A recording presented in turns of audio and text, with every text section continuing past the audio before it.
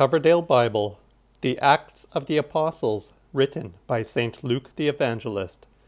What the Acts contain. Chapter 25. The Jews accuse Paul before Festus. He appealeth unto the emperor, and is sent unto Rome. The 25th chapter. Now when Festus was come in to the country, over 3 days he went up from Caesarea to Jerusalem. Then appeared the high priests and the chief of the Jews before him against Paul, and entreated him, and desired favor against him, that he would send for him to Jerusalem, and laid wait for him, that they might slay him by the way. Then answered Festus, that Paul should be kept at Caesarea, but that he himself would shortly go thither again. Let them, therefore, said he, which are able among you, come down with us to accuse the man, if there be aught in him. When he had tarried among them more than 10 days, he went down to Caesarea, and on the next day he sat down on the judgment seat, and commanded Paul to be brought.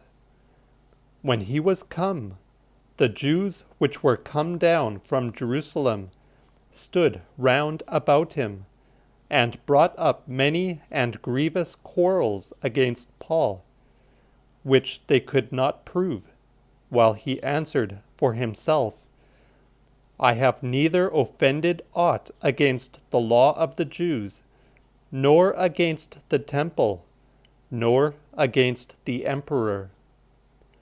But Festus, willing to show the Jews a pleasure, answered Paul, and said, Wilt thou go up to Jerusalem, and there be judged of these things before me?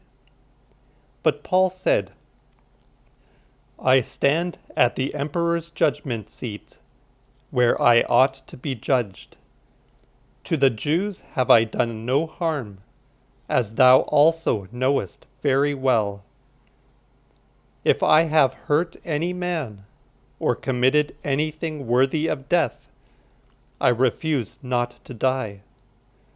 But if there are no such things as they accuse me of, then may no man deliver me unto them. I appeal unto the emperor. Then spake Festus with the council, and answered, Thou hast appealed unto the emperor. To the emperor shalt thou go. After certain days came King Agrippa and Bernice to Caesarea to welcome Festus.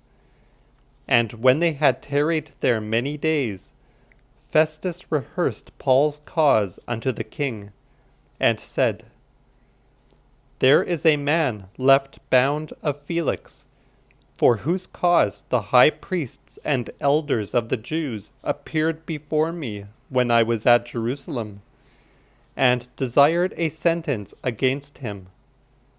Unto whom I answered, It is not the manner of the Romans to deliver any man, that he should be perished, before that he which is accused have his accusers present, and receive liberty to answer for himself to the accusation.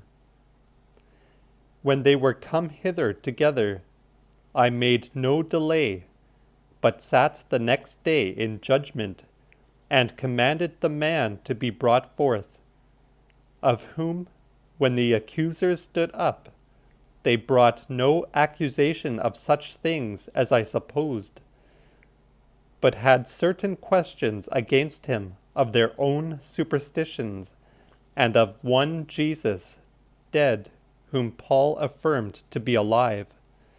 Howbeit, because I understood not the question, I asked him whether he would go to Jerusalem, and there be judged of these matters.